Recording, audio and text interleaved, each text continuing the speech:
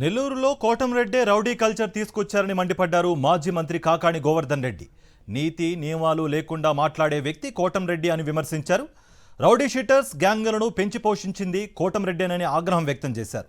Srikanth payroll విషయాన్ని దారి మళ్లించేందుకే diversion politics చేస్తున్నారని మండిపడ్డారు. పెరోల్పై హోంమంత్రి సంతకం పెట్టింది నిజం కాదా అని ప్రశ్నించారు కాకాణి. రౌడీ షీటర్లకు సంబంధించినటువంటి గ్యాంగులను ఏర్పాటు చేసినటువంటి వ్యక్తులు నువ్వు కాదా? నీ అంతటి మీరు డ్రామాలు ఆడుకుంటా, మీ అంతటి మీరు అన్నీ చేసుకుంటా, ఆ గ్యాంగుల మధ్య గొడవలు పెట్టి గుత్తాధిపత్యం కోసం మీరు ప్రోకలాడతా ఈరోజు నెల్లూరులో ఆ కల్చర్ తీసుకొచ్చినటువంటి వ్యక్తులు ఎవరో ఈరోజు నేను అడుగుతున్నా. పెరోల్ మీ ప్రభుత్వంలో వచ్చింది పెరోల్, దానికి సంబంధం చెప్పండి, సమాధానం చెప్పండి. ఎవరిచ్చారు పెరోల్?